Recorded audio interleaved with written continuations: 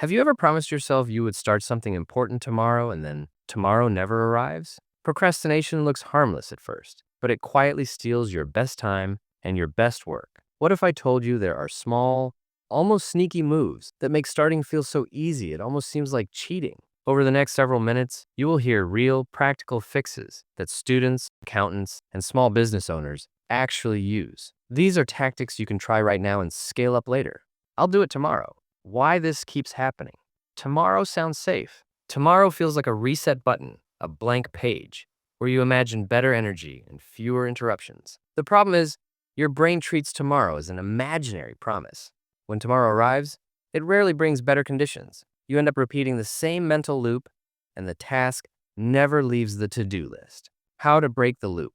Start with an action that is ridiculously small. Promise yourself 2 minutes or one specific micro action. Say out loud, I will open the document and write one sentence at 7 p.m. Make that start so tiny that refusing it feels silly.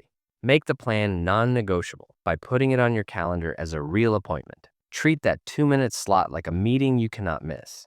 Add a tiny accountability nudge. Tell a friend or colleague your 2-minute plan and text them when you start. That small social cue raises the chance you will follow through. Example to picture. A graduate student kept postponing chapter readings to weekends. She blocked Thursday night for 2 minutes, open chapter, read one paragraph. Most nights she kept going and the weekend cramming vanished. Small starts beat vague promises. I don't feel motivated. Why this derails you? We tell ourselves motivation must come first, but motivation is usually a result of action, not the precursor. Waiting for a mood to arrive gives your brain permission to delay. Motivation is an unreliable battery that you do not want to depend on. How to shift momentum. Use a tiny timer commitment. Decide you will work for 5 minutes and set a visible timer. The 5-minute commitment lowers resistance because it feels manageable. Once you begin, focus often follows, and 5 minutes stretches into a productive session. Anchor the action to a cue so you do not depend on feeling motivated. For example, after your morning coffee, write one sentence. After a meeting, sort 3 emails. These cues remove guesswork. Try micro rewards to reinforce action. After the 5-minute block, allow a genuine small reward. That immediate payoff teaches your brain that work leads to something pleasant. Example to picture. A junior associate who dreaded drafting memos told herself she would only work for 5 minutes after lunch. The small window turned resistance into routine, and memo drafts accumulated without pain. I have too much to do. I don't know where to start. Why this freezes you? When a project looks massive, the mind opts for avoidance. The overwhelm is cognitive overload. Without clear first steps, your brain prefers blankness to the anxiety of choosing where to begin. How to create clarity. Break the job into 3 clear, named micro-tasks. Write them down and pick only one to start. Make each micro-task specific and time-boxed. For example, outline intro for 12 minutes, find 2 citations in 10 minutes, write 1 paragraph in 7 minutes. Concrete labels remove ambiguity. Use visible progress tracking. Crossing items off a list releases momentum and reduces stress. The visual cue of forward motion is more motivating than vague intentions. Example to picture. A project manager with a 40-page report wrote 12 tiny tasks and completed 2 each day. The report finished in steady pieces, without any last-minute panic. I work better under pressure. Why this myth persists? There is a romantic appeal to the last-minute sprint. Adrenaline can produce results, but relying on it makes your workflow haphazard and your quality inconsistent.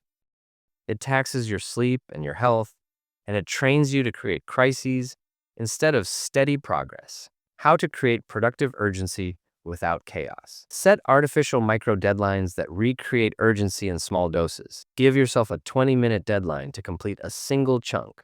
Combine the 2-minute start with a focused 25-minute block.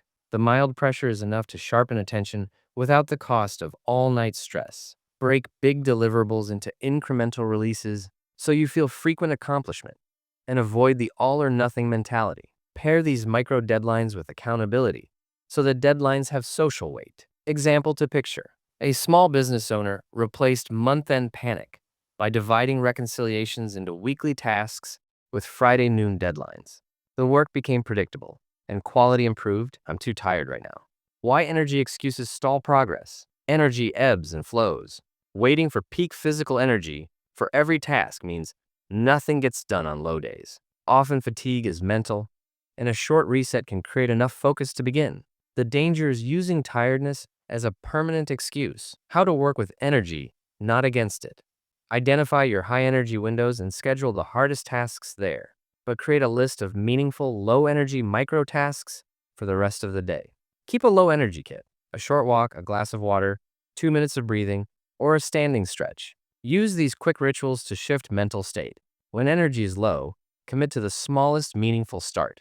Read one paragraph, outline one bullet, or respond to one important email.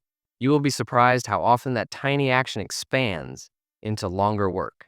Example to picture: a PhD candidate scheduled heavy analysis in the morning and moved reading to afternoons.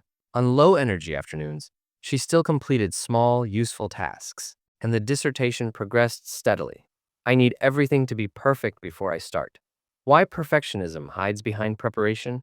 Perfectionism masquerades as preparation because it is safer to tinker than to show imperfect work. The pursuit of perfection delays exposure to feedback and stops learning. You end up stuck polishing rather than producing. How to outsmart perfectionism. Adopt a draft-first mindset. Give yourself permission to produce a messy version and edit later in a separate session. Limit initial edits to a small number so you cannot endlessly tweak. Use micro feedback loops. Share a single paragraph with a peer and ask for one focused comment. Small feedback reduces fear and accelerates improvement. Make versioning normal by labeling early work as draft 0.1 or rough cut, which removes the illusion that the first version must be final. Example to picture. A junior analyst began sharing single paragraph drafts with a mentor and received quick, focused guidance. Fear gave way to progress and skill improvement. I can't resist distractions right now. Why distraction is so persuasive? Distractions promise instant gratification. Social feeds, quick messages, and petty tasks deliver immediate dopamine, while real work offers delayed payoff. Modern tools are designed to be irresistible, so the struggle is not personal failure, it is engineered competition. How to design focus-friendly conditions. Use temptation bundling by pairing a desirable treat with the work. Allow a special podcast only while completing a report, or a favorite snack only after finishing a focused block.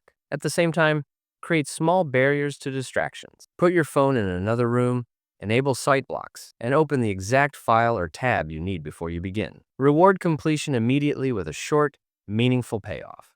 The short reward teaches your brain that work is followed by pleasure. Example to picture.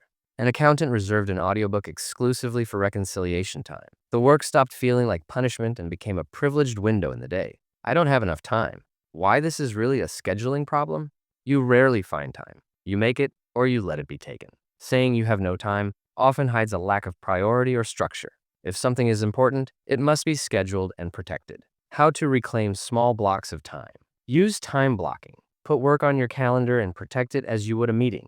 Break projects into small chunks that fit into 15 to 30-minute windows. Treat these blocks as non-negotiable. Look for pockets of time in the day and convert low-value activities into productive micro-sessions. Waiting in line, commuting, or brief gaps between meetings can become focused bursts of progress if you plan micro-tasks that fit those windows. Example to picture.